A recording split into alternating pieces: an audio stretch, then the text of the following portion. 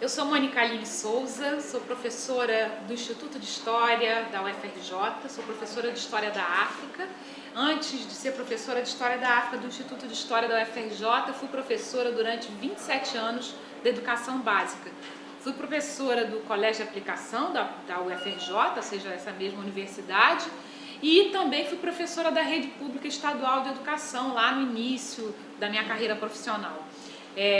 A minha formação, ela sempre teve esses dois lugares, né? Esses dois lugares que se complementam, esses dois lugares que se alimentam, esses dois lugares que, na verdade, acabam sendo dois lugares de aprendizagem, né? Dois lugares de aprendizagem que me ajudam a ensinar, né? Que a gente não consegue ensinar se a gente não aprende. E quais são esses lugares de aprendizagem? A pesquisa em História da África e o ensino de História da África. Não só o ensino de História da África para os professores, seja os professores em formação, seja os professores já formados em cursos de formação continuada, como também o ensino de História da África dentro dos currículos escolares do ensino de História na educação básica. Então, as minhas trilhas passaram por pesquisa em História da África e o ensino de História da África em diferentes níveis. E o mais interessante é que, esses caminhos da vida, né? Não foram um depois do outro, ou seja, primeiro eu fui ser professora de educação básica, depois... Não, foram coisas que foram acontecendo junto. E isso eu acho que só me fez ver o quão importante é a sala de aula, seja a sala de aula na educação básica, seja a sala de aula na educação superior, para se discutir a história africana. O que é o LEAFRICA? O LEAFRICA é o Laboratório de Estudos Africanos da UFRJ. Ele foi criado pelo professor Silvio e por mim em 2010, mesmo antes da minha entrada aqui como professora nos cursos de graduação.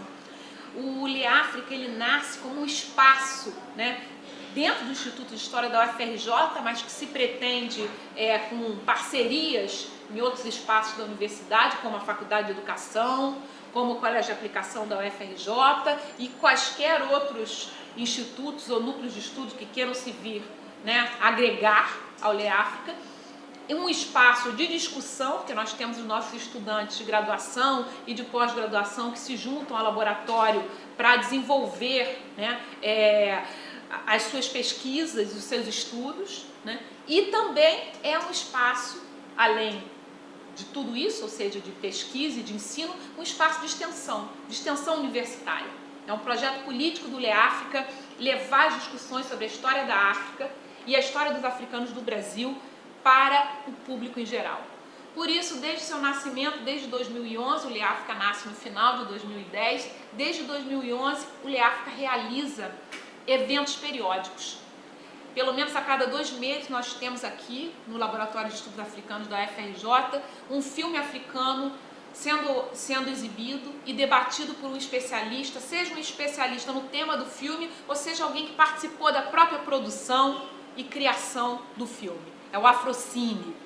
E o outro braço do LEAFRICA, que também é periódico, que ocorre no mês alternado ao Afrocine, é o Encontráfrica, né? Um especialista trazendo um tema importante da história africana, um tema de sua pesquisa, um tema de seus estudos, para o debate com o grande público.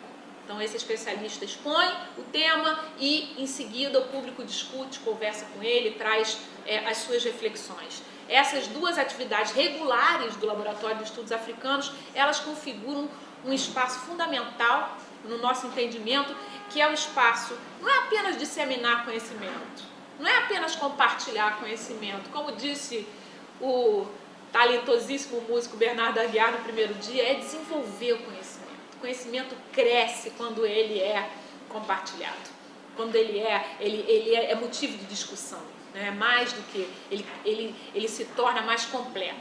Então esses espaços do LEAFRICA, eles têm essa função. Então pensar em estudar a história africana, não dá para não pensar na arte africana. Tem que se pensar na arte africana, nas artes africanas, nas músicas, na produção cinematográfica, na linguagem, nas línguas, enfim, todos os aspectos das culturas dessa sociedade. E também nessa sociedade na diáspora. Então não adianta a gente ficar olhando uma África que pode parecer distante. Essa África está aqui, está viva. Ela está nas nossas esquinas. ela está nos lugares de memória dessa cidade, ela está inscrita, como diria a Zoilda Loreto, nos corpos que circulam pelas ruas do Rio de Janeiro, pelas ruas do Brasil. Quando professores e alunos me perguntam como é que a gente faz para encarar o preconceito, para romper o preconceito, um dos grandes caminhos é esse, né? Colocar a pessoa pensando num problema que ela jamais pensou, né? Numa questão que ela jamais parou para refletir, de maneira que aquilo a inquiete, né? A inquietude, ela estimula a você ouvir outras coisas, essa inquietude intelectual, né? Que não é restrita ao mundo acadêmico. A inquietude intelectual ela existe em diferentes campos. Então, na medida em que a gente multiplica essa sensação dessas perguntas, né, que ficam rodando e dessas dúvidas quentes, né? Eu fico pensando não tem aquela frase, a felicidade, né, é uma arma quente. A dúvida é uma situação de calor mental, e é a sensação que me dá quando as pessoas saem das salas de debate e que participam das mesas e que estão na plateia, que elas saem carregadas dessa energia, desse calor do debate, né? E esse calor ele ajuda, essa temperatura mental, ela ajuda a abrir para novas ideias. Claro que não é uma solução para romper o preconceito, porque a solução para romper o preconceito é lutar. É o dia a dia, é um passo, outro passo e outro passo, e acreditar que as pessoas podem se transformar. É isso, né? Educar é isso. Educar é acreditar que as pessoas podem mudar, né? E quando a gente trabalha com ensino de história da África, história dos africanos no Brasil, história da cultura afro-brasileira, nós estamos acreditando que as pessoas podem se transformar aprendendo coisas novas, aprendendo a aprender coisas novas, e que as pessoas também possam transformar outros. E essa sensação, esse poder, essa luz que cada um vai carregar, né? Como o Amadou Hampâté, né? Esse tradicionalista do Mali, dizia que o saber é uma luz que existe nas pessoas, é aquilo que se encontra latente em cada um dos seres humanos, assim como o baobá, que é uma árvore que fica enorme, ele já se encontra em potencial na sua semente. Então é isso. É possível pesquisar sobre a história da África no Brasil. Desde a forma mais clássica, digamos assim, os arquivos, né? Nos arquivos brasileiros existem vários vestígios, vários indícios e vários dados mesmo de informação sobre as presenças africanas no Brasil. Isso é a história da África. Até a História Geral da África da Unesco incluiu a diáspora africana. Por que nós não vamos reconhecer a história do diáspora como a história da África? É a história da África, a história dos africanos na diáspora, em primeiro lugar. Fora isso, existem infinitos documentos sobre a relação Brasil-África. Isso, para começar, vamos dizer assim, do mais conhecido, o mais reconhecido, o mais, já diriam alguns, tradicional. Mas, além disso, nós temos aqui, por exemplo, no Rio de Janeiro. Eu vou citar o exemplo do Rio de Janeiro, mas poderíamos pensar em outros lugares do Brasil também. No Rio de Janeiro, a gente tem instituições como, além do Arquivo Nacional, que é básico para qualquer pesquisa que envolva essa presença africana no nosso país, existe o Real Gabinete Português de Leitura, situado no centro do Rio de Janeiro, na Rua Luiz de Camões, que tem uma farta documentação produzida, é claro, pela colonização portuguesa, mas a gente sabe que nos meandros da documentação a gente encontra, né,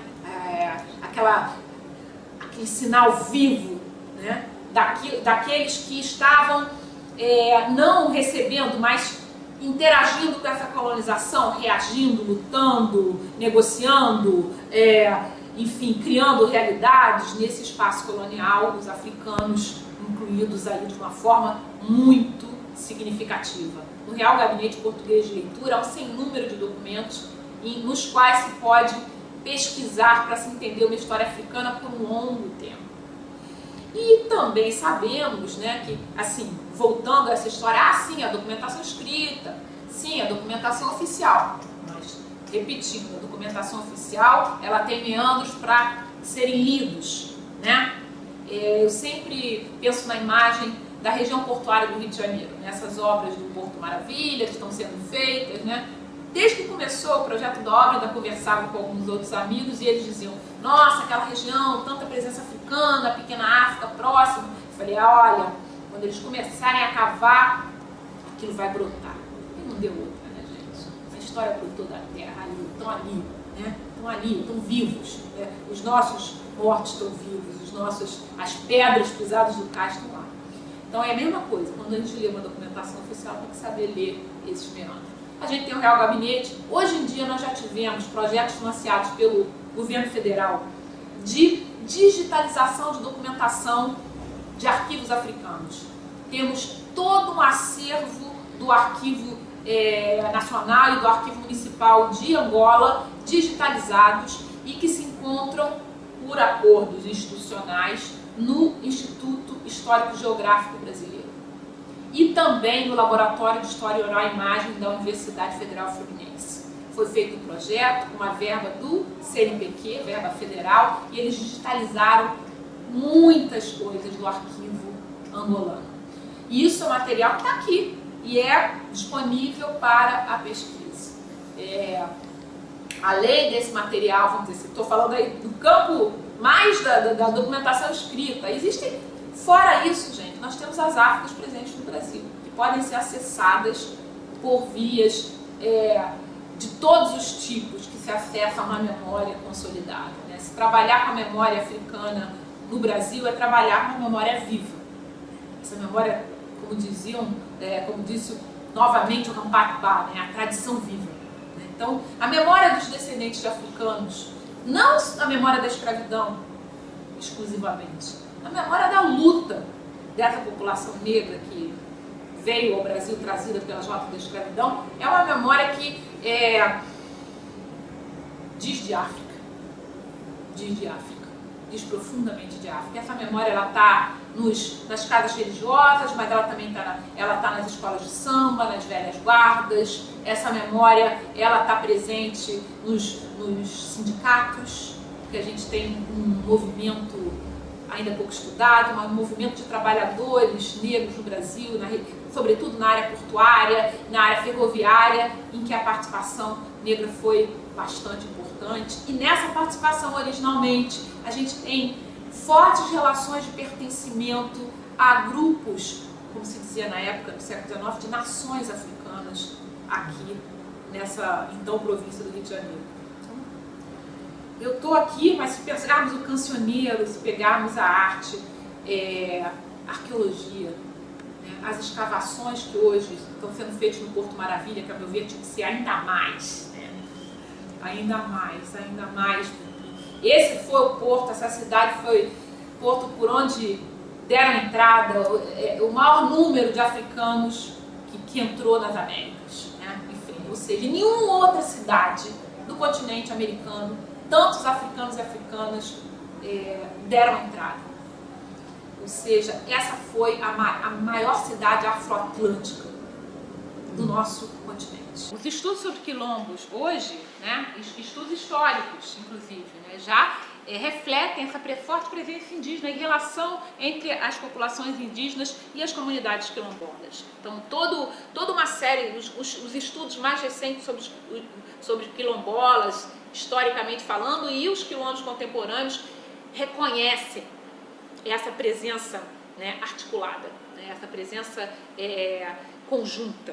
Né, e a arqueologia reitera essas informações. Especificamente em relação à presença indígena e africana no Brasil, tem dois nomes que eu gostaria de citar, de dois pesquisadores de ponta, né, que trabalham com o tema. Primeiro, na verdade a primeira, é Patrícia Sampaio, é uma professora da Universidade Federal do Amazonas, que há muito tempo trabalhava com temas ligados a trabalho forçado e escravidão indígena e que incorporou nas suas pesquisas por descobrir, né, encontrar os vestígios da presença africana, a presença africana na região norte do Brasil. Ela desenvolve um trabalho sobre o tema, né, pesquisa, publica, recentemente lançou um livro que se chama Rompendo Silêncios, e que trabalha com essas esses estudos históricos sobre população escravizada indígena e africana na história do Brasil e, para além da escravidão, sobre as formas como essas comunidades existiram no pós-abolição, né, e continuaram parte de uma realidade que não dá para ser separada. Isso, a segunda pessoa, esteve aqui no evento, o professor Mauro Coelho, que está na Universidade Federal do Pará. A história do professor Mauro Coelho também inicia-se com estudos históricos sobre populações ameríndias, povos originários das Américas, e que agora ele articula esses estudos com os africanos na sua grande região norte. Então são dois nomes de pesquisadores brasileiros que estão publicando, enfim, muitos artigos disponíveis na rede já hoje, e tentando entender esses espaços. Me perguntavam, mas obrigatoriedade de estudar a história dos africanos no Brasil, da história africana, e os índios? E os índios, quando veio a lei especialmente, mas e os índios? E aí eu me lembro que eu dizia, né, e dizia com segurança, ainda que não soubesse como isso iria acontecer. Eu falei, olha gente, essas coisas não são limitadoras, ao contrário, né? Quando se conquista um espaço desses, isso foi uma conquista, de fato foi uma conquista, o movimento negro sobretudo, mas também de outros grupos, vem gente junto. Uma conquista social dessa envergadura e com esse significado, ela não estreita os caminhos, ela abre os caminhos. E não deu outra. Veio a Lei 11.645 de 2008. Porque não sei, os caminhos, as portas quando se abrem, gente, não segura. vem todo mundo que tem que vir. E é isso, eu acho que é esse entendimento que a gente tem que ter. Olha, existem vários temas da história africana que são objeto de grandes debates historiográficos. A questão do comércio de africanos escravizados é um desses temas, que é um tema polêmico, tem vários historiadores no Brasil e fora do Brasil discutindo, né, os desdobramentos, as consequências e, ao mesmo tempo, os determinantes desse grande comércio que durou séculos e que movimentou milhões de pessoas. E há grandes debates em torno desse tema, né? Aquele famoso debate que discute se a participação africana, né, oferecendo essa mão de obra em quantidade suficiente para atender uma demanda e cada vez mais suficiente para atender o crescimento da demanda, se ela é que tornou possível o comércio escravista ter as dimensões que teve, ou se foi a demanda que, na verdade, estimulou essa oferta, no caso do comércio escravista, do chamado tráfico de escravos. Então, é uma discussão que não é simples. Que se, por um lado, aqueles que dizem que a oferta dessa mão de obra, né, escravizada na África, ela vem fruto de uma demanda externa, mas que tem fatores que deram condições para que ela existisse, aqueles que defendem, por exemplo, a agência africana, ou seja, o africano como sujeito da história, reconhecem que essa oferta dessa mão de obra escravizada ela foi fundamental. Por outro lado, a demanda internacional, ela de fato foi aquela que teria dado uma dimensão da escravidão africana tão grande quanto a que houve. Então não é um debate simples, né? O que importa mais? Foi a demanda, foi a oferta, foram as estruturas internas africanas, foi o interesse do capitalismo europeu em ascensão, das forças antes mesmo do capitalismo, né? Mas das forças de acumulação de capital da Europa, foi a demanda das Américas, devido aos sistemas coloniais, aos mecanismos, né, de ocupação e de conquista colonial, foi toda uma conjuntura dos impérios coloniais que se formavam. Então é um debate que envolve polêmicas historiográficas nada simples. Eu dei um exemplo. Um outro exemplo que não é pouco importante, ao contrário, é, por exemplo, a história do Egito na Antiguidade. Toda a discussão é o Egito uma criação do Mediterrâneo, em todas aquelas relações ali entre, né, o sul da Europa, a Ásia Ocidental, que é chamada de Oriente Médio, ou o Egito ele é africano na sua origem? Isso não é um debate simples. número 2 da coleção História Geral de África, o volume 2, ele trata um pouco desse debate, mas é acessível também em outros artigos. E essa discussão, assim, esse Egito africano, né, porque ele geograficamente o Egito está situado na África, mas esse Egito antigo, né, que produziu tantas maravilhas, essas maravilhas, elas são, repito, fruto do Mediterrâneo ou fruto da relação com o interior do continente, né? E os antigos, que deram origem aos antigos reinos da Núbia, por exemplo. Então, toda uma historiografia afrocentrada, por um lado, e ao mesmo tempo uma historiografia, como diriam os autores da coleção História Geral da África, né, do Comitê Científico, uma historiografia que fosse, a partir de uma perspectiva africana, defendem que a influência dos movimentos culturais e econômicos internos à África foram mais determinantes no surgimento desse Egito faraônico. Mas é uma discussão, né? Até que ponto se podem traçar essas fronteiras? Não foram as relações entre os povos? Eu fico imaginando assim, como é que você cerca isso? Você não tem como, né? Quem nasceu primeiro, o ovo ou a galinha? E não seriam as relações entre os povos? Essas criações são criações contemporâneas. O continente africano, com a sua fronteira demarcada com o Oriente Médio, é uma concepção que foi inventada. Então, é muito mais complicado que isso, mas são polêmicas historiográficas e são linhas de trabalho. E, para não dizer que eu não falei de flores, toda a discussão das metodologias da história oral. Esse é um outro campo da historiografia sobre África que vem se desenvolvendo e que cada vez mais merece ser visitado pelos historiadores. Ou seja, trabalhos que, além de incorporarem a pesquisa documental, a pesquisa arqueológica, também trabalham com as tradições orais africanas. Então, por exemplo, você vai trabalhar com a história da África Ocidental, aquela região, a ampla região ali do que vai do Senegal atual até o norte da Nigéria, a fronteira do norte da Nigéria, uma ampla área ali. Você vai ter que trabalhar com o cancioneiro, com as histórias que os tradicionalistas contam e recontam, né? E isso, em alguns lugares, já está transcrito. E isso é material para essa história. Agora é toda uma polêmica, né? É incrível a gente dizer isso em pleno século XXI, já 2013, mas as tradições orais, para muitos historiadores, elas ainda não têm o status de fontes. E elas são fontes.